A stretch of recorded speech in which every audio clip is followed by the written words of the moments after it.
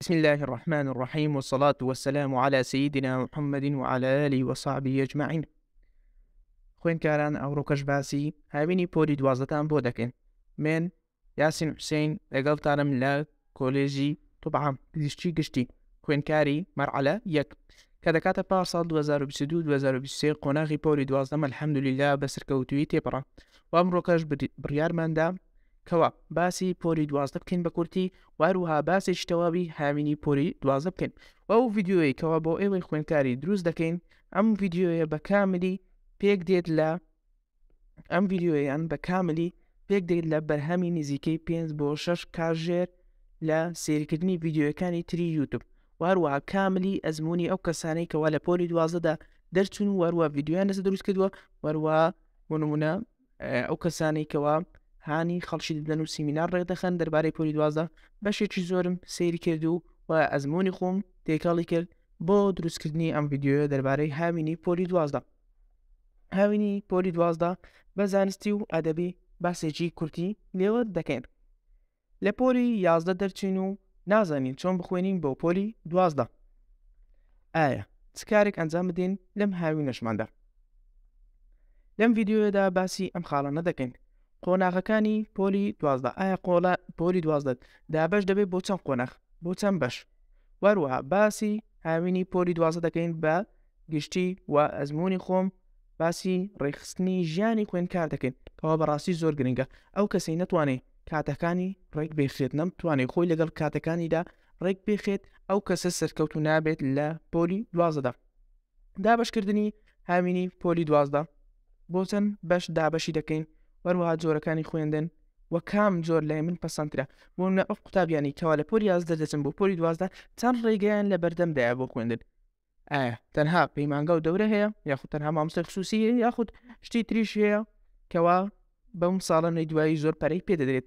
زیان و سوودەکانیشیان باس لێوە دەکەین کەوا زیان و سوودی مامۆستای تایبەت و دەورە و یوتوب چەند دەرس بخوێنم پرسیاری زۆربەی قوتابیانە چەند دەرس لەم هاوینەدا بخوێنم ئایا هەموو دەرسەکان بەشداری خولی تێدا بکەم ئایا لە هەموو دەرسەکاندا ئاشنابوونێکم هەبێ یاخود تەنها لە بەشێکی دەرسەکان یاخود پێویست ناکە هیچ بابەتێک بخوێنم و باسی ئەو ئەزمونن دەکەم کەوا لە دکتۆر زانە ئەحمەد قەساب فێری بوو ناسینەوەی مامۆستا فێڵبازەکان لێرە مەبەستمان ئەوە نییە کەوا هەموو مامۆستایەک فێڵباز بێ تێبینی باوکی خۆم مامۆستای پۆلی دوازدەیە بەڵام لێرەدا ئێمە باسی کام مامۆستا دەکەین ئەو مامۆستایانەی کەوا کات لە خوێنکارەکان دەکوژن و ناهێلن ئەو خوێنکارانە سوود لە کاتەکانیان وەربگرن ئەو مامۆستایانە کەوا خراپەی ینی ئەو شتێکەوە ئەنجامی دەدەن دەبێتە هۆی خراپە بۆ قوتابیەکە و بەدەستینانی ئەنجامێکی خراپ وەروانایی باشترین مامۆستا و مەرزەمەکان و چۆنێتی خوێندنی دەرسەکانیان دەخینە ڕوو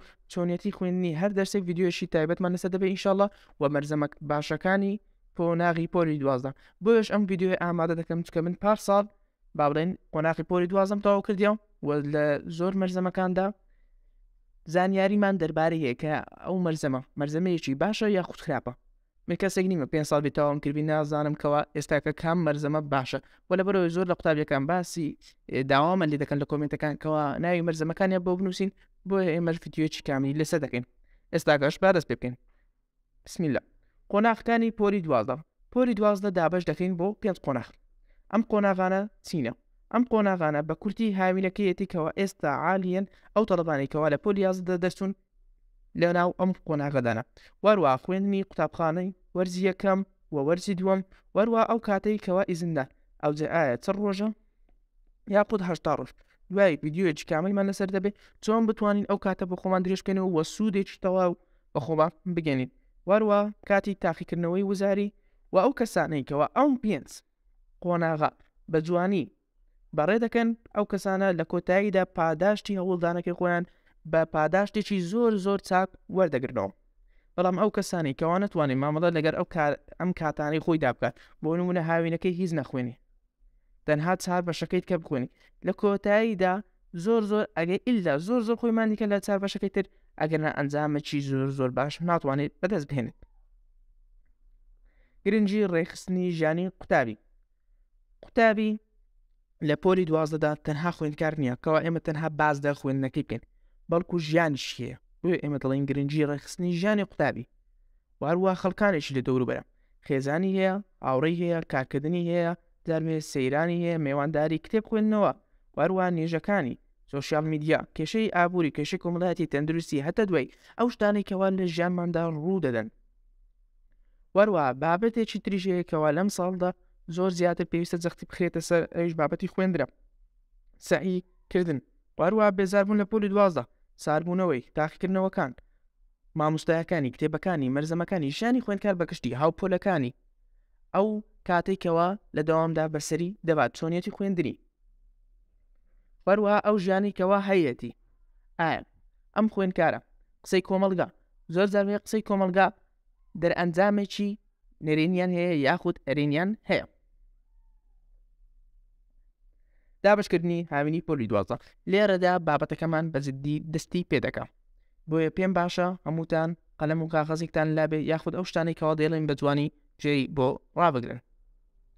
دەمەوێت بە کورتی باسی ئەوەتان بۆ کەم کەوا لەو یوتیوبەمدا لەبەرەوەی برایەکەی خۆشم پۆلی 11 بە بەردەوامی ڤیدیۆی نوێدادرین و هەروە ئەو کەوا دەبێتە پۆلی 12 بڵێن ئەو شتانی کەوا دێتە سەرتان، ئەو ڕێگریانی دێتە پێشتان لە خوێندندا باسییان لێوە دەکەین، وەروە کاتی ئیسمدان و قانونەکانی حکوومەتی هەرێم ئایا دەرستەرکردن هەیە نییە، ئایا شتێک باشە بیکەین، ئایا کامە دەرس بخوێنین، هەر هەمووی باسییان لێوە دەکەین و باشتر مامۆستا و مەرزەمەکانش. دابشکردنی هاوینی پۆلی 12 هاوینی پۆلی 12 دابەر دەبێت بۆ 4 بەشی سەرەکی. یەکێک لەو بەشانە بریتیە لە خەو. بێگومان خەو کاریگەریەکی زۆر گرنگی هەیە لە بۆ قوتابی بە تایبەتی.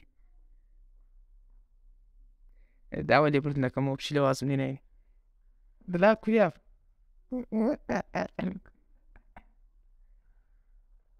لای بە لای پێم گەمە دەکە.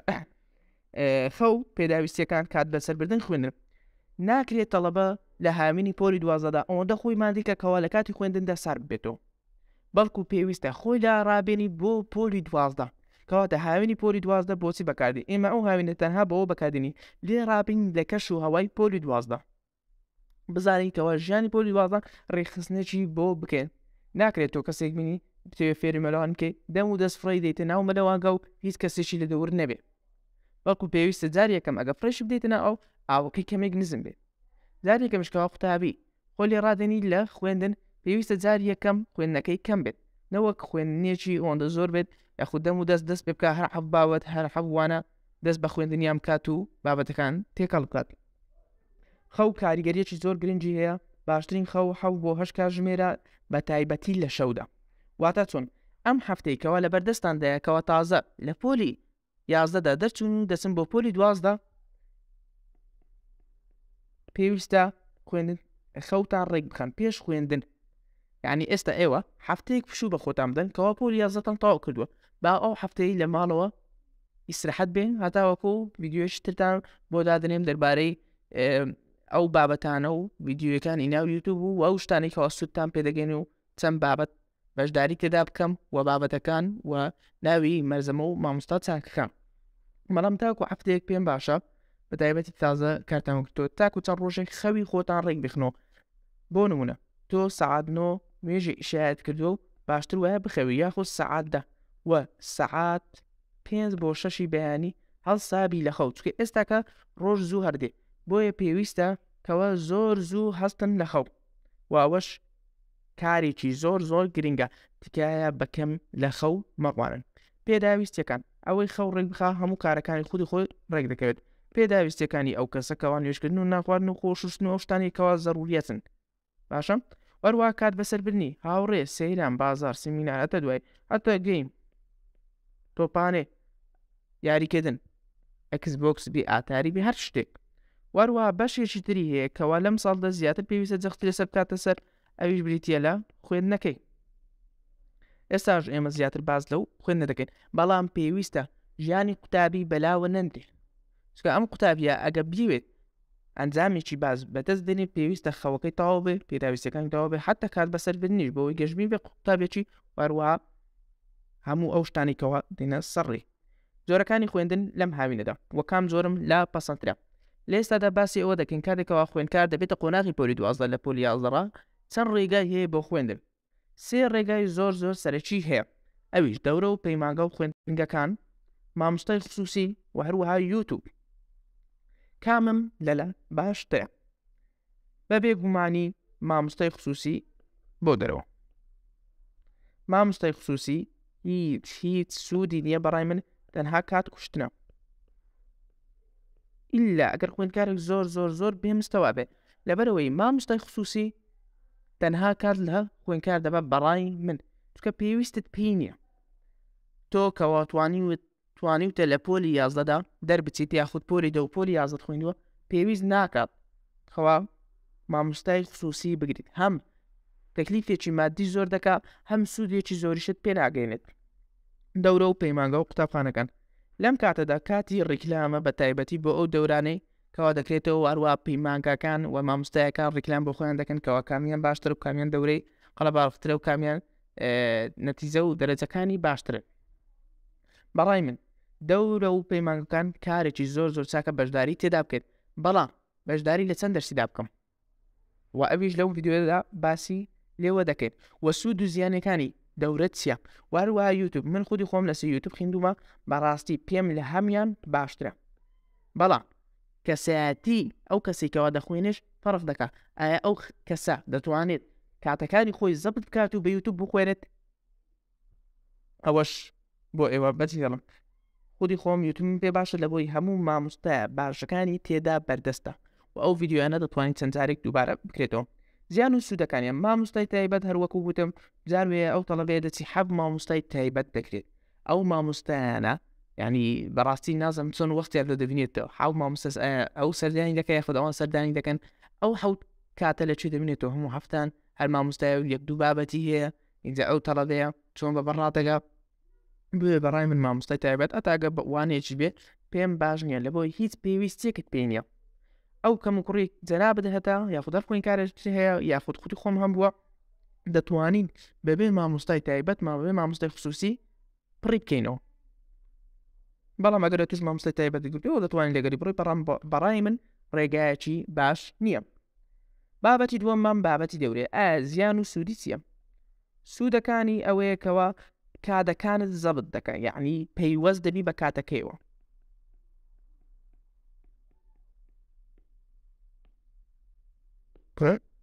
پەیوەست دەبی بە کاتەکەیەوە، بەڵام لە هەمان کاتیشدا زیانی هەیە، لەبەرەوەی زیانەکەی هاتوچۆیە. ئەم هاتوچۆیە دەبێتە هۆی کات کوشتن لە تو وە سوودەکانی بەڕای من زیاترە. بۆ من تۆ لەوێندەر هاوڕێ پێیا دەکەی کەشێکی خۆشت هەیە باشە و چەندان شتی تر، بەڵام دەورەش هەندێک سیفاتی هەیە، بە تایبەتی دەورەکانی پۆلی 12 یەک لەوانە دەنووسێ منهەج کامل. ئیخە منهەج کامل نەبووە لە 3 مانگدا، زۆر وێ منهەجەکە تەواو ناکەن یاخود 2 مانگی منهەجەکە دەهێڵنەوە بۆ پۆلی 12. لەو کاتانەدا قوتابی ئەو توانای نامنێکەوە بەشداری تێدا بکە. بۆیە زۆر جار وەیە قسەکانیان زۆر ڕازاوانە و لە کۆتاییەکەی واتر ناسی. یاخود مامۆستا هەیە خودی خۆم قوتابیمان لە پۆل هەبووە وارووە کاریگەریەکی زۆر لێسە دروست کردووە، دەڵێ بەشداریم کردووە لە دەورەیەکی فیزیادا. مامۆستایەکە یاسایەکانی بۆ شەرع کردووە، ئەگەر 3 یاسای لەم بابەتە تێدا بێت 2 یاسای سەرەکی شەرع کردووە، بەڵام نەچووە پرسیارە قورسەکان حەل بکات. لەو کاتەدا ئەو تەڵەبەیە وە تێگەیشتووە ئەو کتابە تەنها پرسیاری ئاسانی تێدایە، هەر پرسیارێکی حەل کردووە زانیویەتی. کاتێ هاتووە قوتابخانە مامۆستای ئێمە پرسیاری تری حەل کردووە، وتیەتی چۆن دەکرێت ئەو پرسیارە ناو ئەو منهەجەدا هەبی، یاخود مامۆستا سرێدانە ئەو دەرەجەیەکی زۆر خراپی هیناوە لەسەر 20ەکە 3 و 4 هیناوە 5 هیناوە، لەو شتانە ئەو هیناویەتی لەکوێدا هاتووە کەچی هەمووی لەناو کتێبدا کردووە، بەڵام ئەو دەورەی ئەو کردێتی دەورەیەکی زۆر خراپ بووە. ئایا گرنگە مامۆستای دەورە و مامۆستای قوتابخانەت هەمان مامۆستا بێت؟ نەخێر. کامیان باشترە؟ کامیان جەنابەت پێم ورتاعی. ئەگەر مامۆستایەک زۆر چاک هەیە لە دەورە بەڵام ناتوانین لە قوتابخانە دەکەی بڕۆی، ئەوە بەڕای من دەورەکەی بگری باشترە، چونکە تۆ 2 فکرەی جیاواز وەردەگری. و ئەگەر مامۆستایەکانشت هەمان مامۆستا بن، ئەوە هیچ کێشەیەکی نییە و سەلامەتە. یوتیوب ئەویش سوودی و زیانی هەیە. سوودەکانی یوتیوب بریتە لەوەی سوودی یوتیوب بریتە لەوەی کەوا ئەو کەسە دەتوانێت لەسەر هەر مامۆستایەک بێوێت بخوێنێت. یعنی تۆ لە دەورەدا ئەوە نیە بچی لە دەورەی مامۆستایەکی چەند دەرسێک دانیشی دوای بزانێ چۆنیەتی فکرکردنەوەی تو ئەو مامۆستایە لەگەڵ یەک هاوبەشە تاوەکو بەشداری لە دەورەکەی بکەیت. لەوانەیە مامۆستایە بگری دوایە بۆ دەرکەوێ ئەو مامۆستایە زۆر بێمستەوە بووە، بەڵام لە یوتیوب مامۆستایەک عەقل ناگرێت ئەو ڕۆکە تەماشای ڤیدیۆکەی ناکەم دەچمە سەر ڤیدیۆیشکە و یەک لە سوودەکان کەش زۆر زاروێ قوتابی بۆ ماوەی خولەکێک نییە خولەک زەینی دەڕوا خەیاڵم دەڕوا لەو کاتەدا دەتوانین ڤیدیۆیەکە بگەڕێنێتەوە و ئەو گەڕانەوەی ڤیدیۆش تەسیرێکی زۆر باشی یاخود قوتابیمان هەیە زۆر بە تەرکیز نییە و زۆر زیرەک نییە، ئەو قوتابیە دەتوانێت ئەو ڤیدیۆیە یوتیوب 2 جار سەیر بکە یاخود 3 جار بە کەیف خۆی و هەر وەخت دەچش سوودێکی تریشیەوەی هەر کاتێک خودی خۆت بتێ ئەو کاتە دەتوانێت بخوێنی، دەتوانی بەیانیان زوو، دەتوانی پاژنانی وەڕۆ، دەتوانی پاژنێژی حەسر بە هەر شوێوەیەک خۆت دەتەوێت دەتوانی بخوێنیت، دەتوانی پاش لە نێوان مەغریب و ئیشادا بخوێنیت، کەواتە خوێندنەکەی بە کەیفی خۆتە کاتەکەی. ئایا زیانی چییە؟ زیانی ئەوەیە یوتیوب کاتت بۆ ڕێک ناخی زۆر زاروێ ئێمە ئێهمالی، بەڵام ئەگەر دەورە بین بە مامۆستایەکە تۆ چکە پارەت داوە یاخود ئەگە هەتا ئەگەر بابرێن بە خۆڕایشمی دوو مەوعیدەکە لە کاتژمێر 10 بۆ 12 کەواتە بەشداری تێدا دەکەی، چکە بەشداری تێدا نەکەی دەورەکەت دەفەوتێ وانەکەن لەدەست دەچێت. بەڵام لە زیانەکانی یوتیوب ئەوەیە زۆر زاروێ قوتابی پێویستە ئەم ڕۆگە وانەیەک سیرکە بەڵام سەیری ناکە و بەیانیش سەیری ناکەوە دوو بەیانیش سەیری ناکە واتە کاتەکانی خۆی نەزانی وە ڕێک بێخێت تاوەکو بتوانی سوودیان لێ وەربگرێت. بەڕای من باشترین شت دووبارەی دەکەمەوە یوتیوبە لەبەرەوەی ئەو مامۆستایانی تێدا بەڕاستی مامۆستای نمونەین ئینشاءڵڵا لە ڤیدیۆیش تربی ناوی مامۆستایەکان وەروە ڤیدیۆیەکانیان تکە مامۆستایەکەوە ئێمە ناویان دەرێن وە پێشنیاریان دەکەین بۆەوە پێویستە ڤیدیۆی هەبێت لە وەری من هەستاوەکو کۆتایی یەکەی لەوگەن مامۆستایەک بڵێن تەنها بەندێکی هەبێ شەرح بکە ئەو کاتە خوێندکارە کێشێ بە دروست دەبێت. ئایا چەند دەرس بخوێنم؟ پرسیارێکی زۆر گرنگە لە هاوینی پۆلی 12. بەڕای من ئایا 7 دەرس بخوێنم؟ ئایا هیچ نەخوێنم؟ یاخود چەند باشترینە؟ 2 یاخود 3 یاخود 4؟ ئایا 7 دەرس بخوێنم؟ نەخێر بەدڵنیاییەوە لەبەرەوەی تۆ تەنها مودەی 3 مانگ بۆ 4 مانگت هەیە ناتوانێت 7 دەرس زەبط بکەی وەوای لێ دێت تەنها دەچێت لە دەورەکەی دادەنێشی و دێوە دەرێ بەبێەوەی هیچ ئەزمون و هیچ سوودێکی لێوە بگریت بۆیە قوتابی ناتوانێت ڕجاءەن 7 دەرس دەرخکە 7 دەرس زەبط کە 7 دەرس پێی ئاشناش بێت تا بۆیە پێویست ناکە 7 دەرس بگری لە دەورە یاخود پلانی ئەوە دەبێت هەر 7 دەرسی بخوێن. ئایا هیچ نەخوێنم؟ وەڵاهی برای خۆم با بەڕاستیەکەت پێ بڵێم ئەگەر تۆ هیچ شتێک نەخوێنی لە هاوینەکە لە کاتی مەکتەبدا زۆر بە قورسی لەسەرت دەکەوێت. نادەم بووی بە خوێندکاری پۆلی 12 پێویستە سوود لەم هاوینە وەربگری، ئەوانەی سوود لەم هاوینە وەردەگرن لە قوتابخانەشدا ئاستیان بەرەو پێش دەڕوا لەبەر بۆ منە ئەو زیندەزانی خوێندووە کاتێکەوە مامۆستا بۆی شەرح دەکات دێتەوە مارێک بە مودەیەکی کەم چکە پێشتر خوێندی بێتی تەواوی دەکات واتبەکانی کەی دەست پێ دەکات بەڵام قوتابیەکەیت کە پێویستە هەمووی دووبارە کاننەوە یەکەم جارە جوێنە و بابەتانە دەبێت کاتێکی زۆری لێ دەبا وارووا کاتترین تریشتە لە پۆلی 12دا. ئایا 2 بابەت بخوێنم یاخود 3 یاخود 4؟ بەڕای من ئەگەر قوتابیەک پێ بکرێت پێویست ناکە خۆ زۆر بەورەکەی وەڵا ئەمن 4 دەخینم یاخود 5 قوتابیەک زۆر دەتوانێت بخێنێ دەتوانێت ڕۆژانە هیوایەتی خوێندنە 8 ساعت بۆ 2 ساعت ئەو قوتابی با بچێت 4 دەرس بخوێنێ قوتابیەکەیت کە پێویست ناکە 4 دەرس بخوێنێ. 2 دەرس بەڕای من زۆر باشە بەڵام 3 لە هەمووی باشترە. 3 دەرس 3 وانە بەتوانی لە هەمویان باشترە و ئەگەر کاتت ماوە پێویست ناکە بکێ 4 بەڵکو دەتوانی ئیپسۆد بخوێنی یاخود ئەدەبەکان. زۆری بابەتەکانی پۆلی 12 دابەشی دەکەین بۆ 2 زۆر بابەتە هەیە بە ناوی بابەتی ئەدەبی بابەتانەگەێنە زیاتر علمیە. ئەم بابەتە ئەدەبیانە نمونونەکانیان چناو نمونە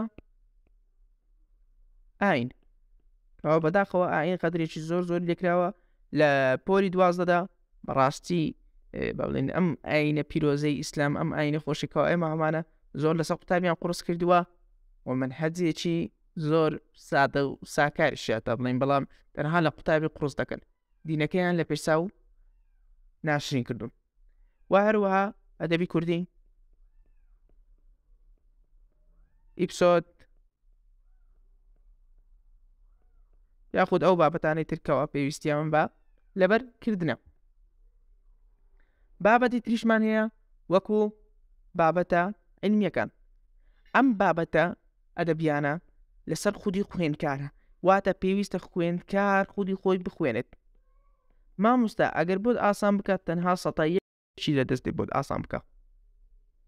١٩٩ کاریگەری دەرەجەی ئەم وانانە بۆ خوێندکارە. خوێندکار خودی خۆی پێویستە ئاین ئەدەبی کوردی ئیپسۆد یاخود ئەو وانانەی کەوا لەبەریان تێدایە بیان خوێنێت. بەڵام بابەتە عیلمیەکان وەکو کیمیا، فیزیا، ئەحیا یاخود بابەتەکانی کە ئەوەیان پێویستە یەکەم جار مامۆستایەکی زۆر زیرەک بۆت شەرە بکە، دواتر تێی بگەیت، دواتر زەبتی بکەیت. پێت ناڵم لەبەری بکە ئەو کەسانی کەوا وانەکان لەبەر دەکەن دائیمەن نمرەیەکی زۆر خراپ دێن. ئەو کەسێک کەوا هەموو کتابی ئەحیای لەبەر کردووە بەبێت تێگەیشتن 80 پێنایە لە 100 لە وزاری. بەڵام ئەو کەسێکەوە بە جوانی تێگەیشتووە ئینجا زەبتی کردووە ئەو کەسە دەتوانێت نمرەی کامل بەدەست بهێنێت. ئەزمموی خۆم لە هاوینی پۆلی 12 بەداخەوەم لە هاوینی پۆلی 12 پۆلی 12 ئەزممونێکی خراپم هەبوو، بۆیە لە کاتی قوتابخانەشدا ماندوو بووم و لە کۆتاییەکەیدا بڵێن پاداشتی کارەکەی خۆم وەرگرتەوە. بەڵام لەو هاوینەدا کەوا بە ئیحمالی کەمێک بەڕێ کرد بوو لە کاتی قوتابخانەدا ناچار بووم زیاتر بخوێنم. هەستام لە هاوینەکەیدا نیوەی زیندەزانیم خوێن بوو، واتە یەک وەرزی و یەک وەرزی کیمیام لای باوکم خوێن بوو، ئەوش مامۆستای کیمیای پۆلی 12 واروها ئیپسۆدیش 4 یونتم خوێن بوو، ئەوش تقریبەن دەکاتە نیوەی ئیپسۆد. بەڵام لە هەڵا هەرە گەورەکەم ئەوە بوو کەوا فیزیام نەخوێن بوو. بەڵام لە کاتێکدا خوای گەورە الحەمدولله بۆی نادین هەفتەیەک کاتی هەڵبژاردن و شتیوا بوو بۆ ئینتخابات، ئەو کاتە کردیانە عوتڵە وەلەو کاتە دەتوانیم لە فیزیا باڵێن بابەتانێکی زۆر بخوێنم. کاتێکەوە چوومەوە مەکتەب توانیم ئەزممونێکی باشم هەبوو لە بابەتەکان دەتوانین باشتر تیان بکەم. لە وەل جاردا کەواتێکەوە لە مەکتەب دەخوێن فیزیا لەلام زۆر قوڕز بوو، یعنی زۆر جار دەمگوتەکەن من لە پۆلی 12 دەرەجەی کامیش بینم لە فیزیا کامل نێنم. لە کاتێکدا پاشەنجی هەموو کویزەکان و هەموو ئیمتحانی بیستەکان و هەموو شێستیەکان و وزاریش هەمووی دەرەجەی کاملی بینە، یعنی لە هیچ دەرسێک وەکو فیزیام لێ نەهات کەوا زۆر خۆمتون کرد، زۆر باش بووم، توانین یەک پرسیارشم غەڵەت نەکرد لە هیچ تاقیکردنەوەیەک. ئایا چ شتێک باشترە لە پۆلی 12 بکرێت بۆ خوێندکار و چ دەرسێک بخوێنێت؟ بەڕای من ئەم خوێندکارە بابەتەکانی کیمیا، فیزیا، ئاحیا یعنی با بڵێن زیندەزانی واروها بیرکاریمان هەیە و ئینگلیزی، کوردی، ئاین و عەرەبی. بەڕای من گوناحە تۆ کارت بەم 4 دەرسە بێ لەم هاوینە: ئینگلیزی، کوردی، ئاین، عەرەبی. تەنها کات پێکوشنە بە تایبەتی ئەم دوایە کاتی پێ مەکوژە لەم هاوینەدا، بەڵکو بوەستە لە کاتی قوتابخانەدا بە ئاسانی دەتوانی بخوێنی. هەتا کوردی هەنە کتابێک تەرشیلەکەیان دەیوێت جواب بداتەوە دەتوانانی 80 جواب دێتەوە بە هەفتەی خوێندن لە کاتی مەجالەکەدا. پێویستت بۆ نیە لەنکاوە کاتی پێ بکوژیت. بەڵام کیمیا گرنگە بخوێنرێت، فیزیا گرنگە، ئەحیا گرنگە. من خودی خۆم لە بیکاری باسم، بەڵام بەڕای من پێویست ناکە بیکاری بخوێنرێت، یان لە دەورە ئەگە خوێنێت، بەڵام لە یوتیوب پێویست ناکات چونکە تۆ ناتوانانی پرسیار لە مامۆستایەکانت بکەیت. بۆیە وا باشترە بەڕای من کەوا بیکاریش نەخوێندرێت، بەڵکو تەنها ئەم 3 بابەتە زەبط بکرێت و لەگەڵ زائیدەن ئیپسۆد. و ئەگەر ئیپسۆدی نەتوانی بابەتێکی تر گریمان ئەدەبی کوردی، وەلو بەڕای من ئەدەبی کوردی لە کاتی قوتابخانە بخوێنرێت باشترە، بەڵام ئەگەر نەو کاتەش نەیتوانی ئەو کاتەش دەتوانێت بیخوێنێت وەکو ئاسانکاریەک بخۆی. ئەو ئەزممونەی لە دکتۆر زەنا ئەحمەد قەساب فێری بووم، ئەو ئەزممونەیە ناوی ستینگە. ستینگ واتە پێوەدان. ئەو ستینگە هەر پیتێک نوێنەری وشەیەکە. بۆ نمونە PTS نوێنەری سەلێکتە، دەستنیشانکردن. T نوێنەری تایمە، I نوێنەری ignore، N نوێنەری no break، G نوێنەری give yourself a reward. ستینگ واتە پێوەدان وەکو مانای کەلیمەکە. سەلێکت واتە دەستنیشانکردن.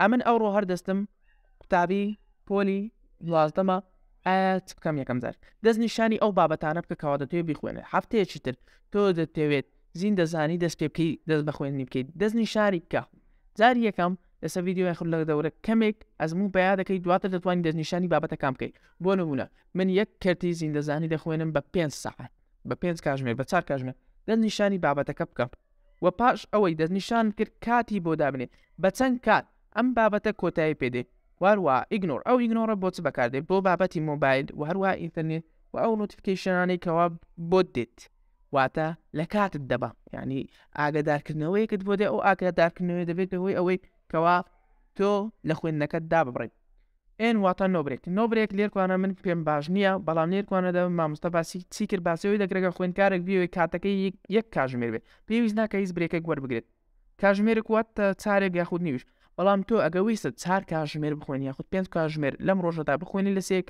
پێویستە نێوان هەر نیو کاتژمێر یاخود 5 خولەکێک برێکێک وەربگرێت چ دێپشلێت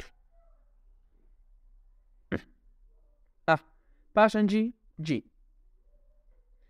give yourself a reward خەڵاتکردنی خۆت پێویستە کاتێکەوە تۆ دڵی من ئەو 5 کاتژمێرە دەخوێنم ئەو 4 کاتژمێرە دەخوێنم یان هەر کاتێکەوە لەو ڕۆژەدا دادناوە بەپێی پلانی ڕۆژانی خۆت نادەم ئەو شتێنەی خۆت تەواو کرد پێویستە خەڵاتەش خۆت بکەیت ئاجا ئەو خەڵاتی خۆت ئایا یاریی تۆپانەی لەگەڵ هاوڕێکان ئایا پیاسەیەکە ئایا بازاڕە ئایا سەیرانە ئایا سەیریکردنی فیلمێکە سیرکردنی هەر شتێک لەوانەدا فیلمی شەرعی دەرێ سیرکردنی هەر شتێک خەڵاتێکی خۆت بکە هەتا ئەگەر ئاتاریش دەکەی خۆ شتێک بەڵام بەکەم ناسینەوەی مامۆستا فێڵبازەکان کاتکوژەکەن ئەو بابەتە پێم خۆش بوو زیاتر لەسەری بڕۆ وەروە مامۆستا و مەرزەمەکانم ئیشاڵڵا لە بۆ ڤیدیۆی داهاتوو باسییان دێوە دەکەین کە ئەم بابەتەش بابەتێکی زۆر گرنگە ناسینەوەی مامۆستا کاتکوژەکان یاخود ئەو مامۆستایانی وا دەکەن تۆ سیفەت بە خۆت نەمێنێت زۆر جاروە بوو یعنی نمونەیەکی خۆم بینمەوە مەرزەمەیەکم هەبووی ئینگلیزی چاری لە بابەتێک لە بابەتەکانی گرامەردا چار یاسای تێدا بوو مەرزەمەیەکم هەبوو 16 یاسای تێدا بوو لە هەمان بابەت مەرزەمەیەکم هەبوو 6 یاسای تێدا بوو هەمان بابەتی گرامەرە باشە من کام لەم مەرزەمانە هەڵبژێرە بۆ ئەوەی سەرکەوتو بووم ئەو ساڵ لە خوێندنەکەم وەروە لە پرسیاری وزاریدا هەڵە نەکەم ئایا چار یاسایەکە یاخود 16 یاخود 6 یاسایەکە هەندێک لە مەرزەمانە یاسای زیادیان نووسی بوو و هەندێکیشان یاسایەکانیان نەقس بوو بەداخەوم بڵێم کەوا زۆر عیبە مەرزەمەی مامۆستا کەم یعنی هەموو منهەجی تێدانەوی پێویستە هەموو منهەجی تێدابی بەڵام پێویستیش ناکە زیادەی تێدابی کاتێکەوە سەیری مەرزەمە 16 یاسایەکەم دەکردەوە بەداخەوە پرسیاریشی دانابوو تەنها بە یاسای خۆی حەڵ دەکرا وای لە من دەکرد سیقەم بەو مامۆستایانەی تر نەمێنێت بە تایبەتی ئەو مامۆستایانەی کەوا 4 یاسای یاخود 6 یاسایان نووسیوە بۆیە بڕیارمدا وازی لێ بنم کاتێکەوە چۆن وزارم هەڵکرد سێنم کرد ئەو شتانەی ئەو باس دەکەن خارجی منهەجە کەواتە کاتت لێ دەکوژی مامۆستایەک شتێکی باس کرد خارجی منهەج بوو لەناو منهەج نەبوو گرنگی پێ مەدە زۆر کەم ئەگەری هاتنەوەیان هەیە هەر ئەگەری هاتنەوەیان نییە ساڵی من هیچ شتێک ناتەوە خارجی منهەج پێویستە سەرەتاوێک لە منهەج هەبی بۆی یعنی دەچوو یاسایەکی شەرح دەکردنی ساعت پێوە خەریک دەبوو 15 پرسیاریشی دەسەدانا بوو لە کاتێکدا ئەگەری هاتنەوەی نییە کەواتە تەنها کاتەکە لە خوێندکارەکە دەکوژێت مامۆستایەکە بوو 4 یاسای نووسی بوو بەداخەوە 2 یاسای نەقس تێیدا نەبوو بۆیە نەدەتوانی هەموو پرسیارەکانی وزاری پێعەل بکەیت واروە مامۆستایەکەمان هەبوو 6 یاسای کاملی نووسی بوو ئەم 6 یاسایە هەستان هەر هەموو پرسیارەکانی وزاری پێعەل دەکرا هەموو پرسیارەکان حەل دەکرا بەڵام بە 16 یاسایەکە تەنها کات لێ دەکوشی ئەخە هیچ کەسێک نییە بتوانین لە بابەتێکدا 16 یاسای بیکاری لەبەر یاسای ئینگلیزی لەبەر بکە یعنی شتێکی زۆر ناخۆش بوو لەبووم وەروە بابەتی 4 یاسایەکەش کەوا نەقس بوو پێم خۆشە باسیەوە بکەم کەوا ئێوە قوتابین و دەرچوون و چوون بۆ پۆلی 12 پێویستە لەسەرتان لانکاوە دەست بکەن بە خوێندنێکی جوان بە خوێندنێکی چاک لانکاوە شوو نەدەن واروە خەوتان ڕێک بێخن ئیشەڵڵا بۆ هەفتەی داهاتوو باز لە مامۆستایەکان دەکەین وە ڤیدیۆیەکانیشیان لە یوتیوبەکەمدا دادەبەزێنم ئیشەڵڵا ڤیدیۆی ئەو مامۆستایانەی کەوا زۆر زیرەک و چاکن وصلى الله على سيدنا محمد وعلى آله وصحبه أجمعين.